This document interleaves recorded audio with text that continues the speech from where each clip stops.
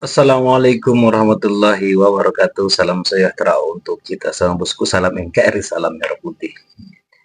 Ini sangat parah, teman-teman. Kenapa?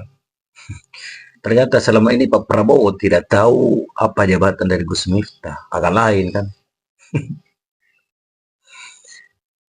Dan alhamdulillah Gus Miftah resmi dikeluarkan dari grup WhatsApp dari para Gus. Ya, karena netizen berkata dia terbukti, katanya ya, dia bukan keturunan asli Kiai lah atau apalah.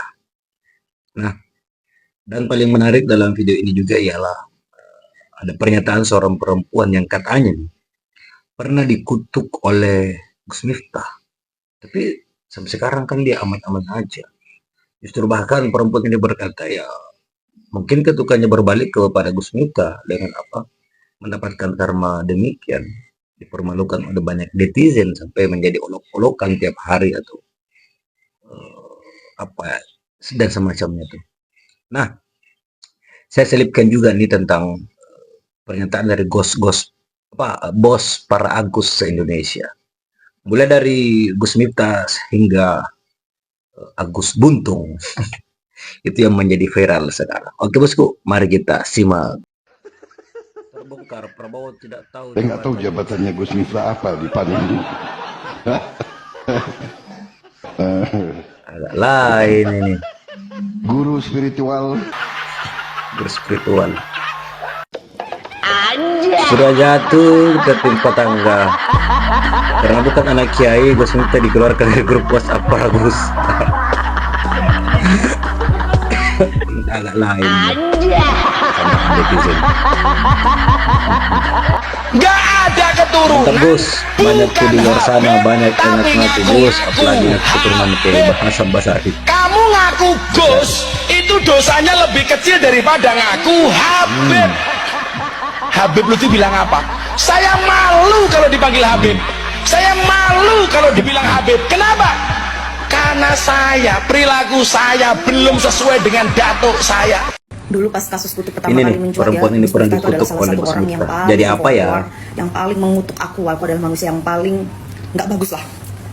Aku sempat yang paling sedih, aku sampai kayak netizen air mata, dia marah banget di medsos soal aku ya.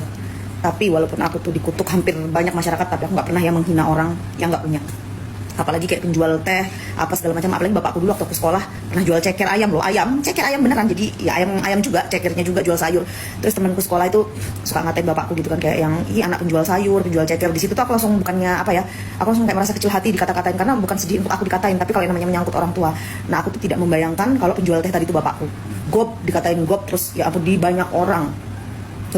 Kayak apa, nah, makanya habis ngatain aku, coba dia juga memberikan contoh ternyata nggak baik, yang artinya setiap manusia itu nggak bisa dijudge. Dia habis ngatain aku sampai aku di penjara, dia juga ngatain kata-kata yang sadis, ternyata nggak lebih baik juga kan gitu. Makanya teman-teman, kadang-kadang kita tuh tidak bisa ngata-ngatain orang terlalu berlebih, nggak lama itu juga mendapatkan hal yang sama. Selamat siang, saya Gustaf Faat, selaku ketua dari ODGJ, orang dengan nama ada Gus ODGJ. Di sini saya ingin mengklarifikasikan terkait huru-hara yang disebabkan oleh member kami. Ada Agus sedih, ada juga Agus buntung, ada Agustina yang pura-pura menjadi dokter, paling terakhir ada Agus yang membakar kantor yang seharusnya tidak dia bakar. Dimana memang benar mereka adalah member dari organisasi kami, tetapi mereka adalah member yang tidak aktif karena mereka sering tidak membayar uang iuran. Dan seperti Agus buntung itu, kami WhatsApp tidak balas-balas dengan alasan tidak bisa balas. Tapi siapa sih yang nggak bisa balas WhatsApp? Oleh karena itu, setelah juga berdiskusi dengan Dewan Pembimbing kami Dewan di Belanda, Pembimbing gak tuh?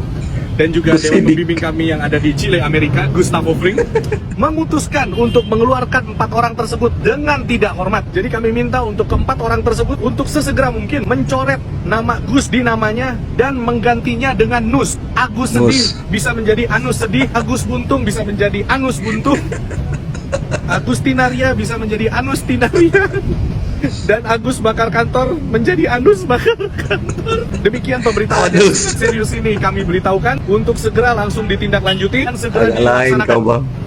Saya Gustaf Faat, ketua dari ODGJ. Salam ODGJ Jaya. Kalau tidak anaknya Kiai, Penjelasan Ustadz mengenai istilah Gus sebenarnya. Gus itu anak daripada seorang kiai, anak seorang ulama, dan rata-rata mereka ini pintar, rata-rata mereka ini paham tentang urusan agama. Tapi ini ada kalanya seorang dipanggil dengan Gus, kacau balau. Sampai saya lihat di videonya. Minal jinnati wan nas. Dan tidaklah jin dan manusia diciptakan kecuali untuk beribadah kepadaku. Ini siapa yang ngartikan kayak ini? Ya kan? Ini orang bodoh luar biasa. Samsudin ya. Tapi dipercaya. Karena apa? Karena ada prasangka-prasangka yang datang dan menamai sesuatu yang tidak dengan namanya. Seorang bodoh dinamai dengan seorang alim. Seorang penipu dinamai dengan seorang yang jujur. Akhirnya yang terjadi apa? Manusia terjebak. Manusia masuk ke dalam perkara-perkara seperti itu.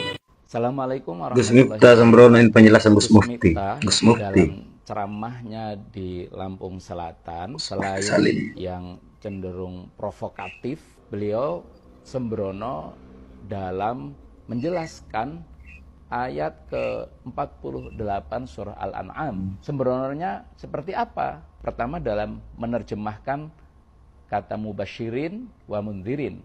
Beliau terjemahkan mubasyirin itu menyenangkan, mundhirin menakut-nakuti. Ini cara menerjemahkan yang salah. Mubasyirin itu artinya memberi kabar gembira, bukan menyenangkan. Sedangkan mundhirin arti yang betul bukan menakut-nakuti, tapi memberi peringatan. Yang kedua, salah dalam mentafsiri ayat mubasyirin wa mundhirin. Seolah-olah Rasul itu tugasnya hanya mubasyir. Mubasyirin wa mundhirin pakai kata wa, bukan au. Dua-duanya tugas Rasul. Ya mubasyir, tugas pertama memberi kabar gembira, juga mundhir, memberi peringatan. Dan cara seperti ini adalah cara tafsir yang tidak tepat, terlebih dampaknya dari cara menerjemahkan dan cara mentafsiri yang salah tadi berdampak kepada adu domba antar umat, saling merendahkan, dan seterusnya.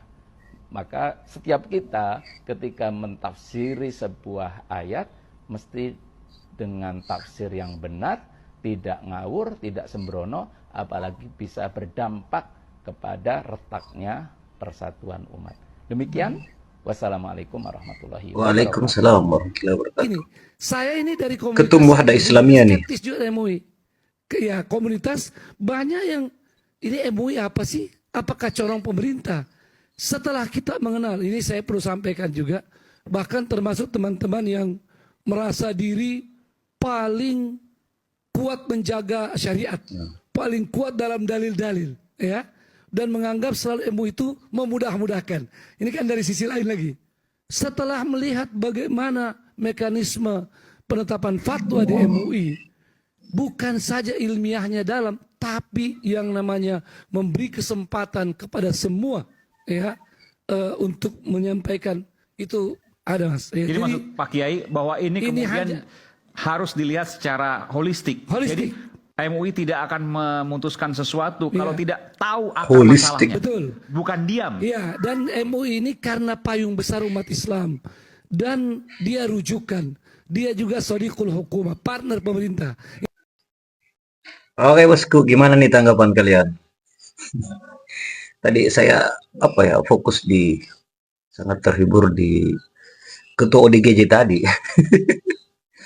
Ternyata Agus itu adalah member beliau tuh. Ternyata dia punya pembimbing ya. Di Belanda dengan Amerika. Kalian oke bosku, silakan tanggapi di kolom komentar tentang video ini. Sampai jumpa di video selanjutnya ya. Assalamualaikum warahmatullahi wabarakatuh.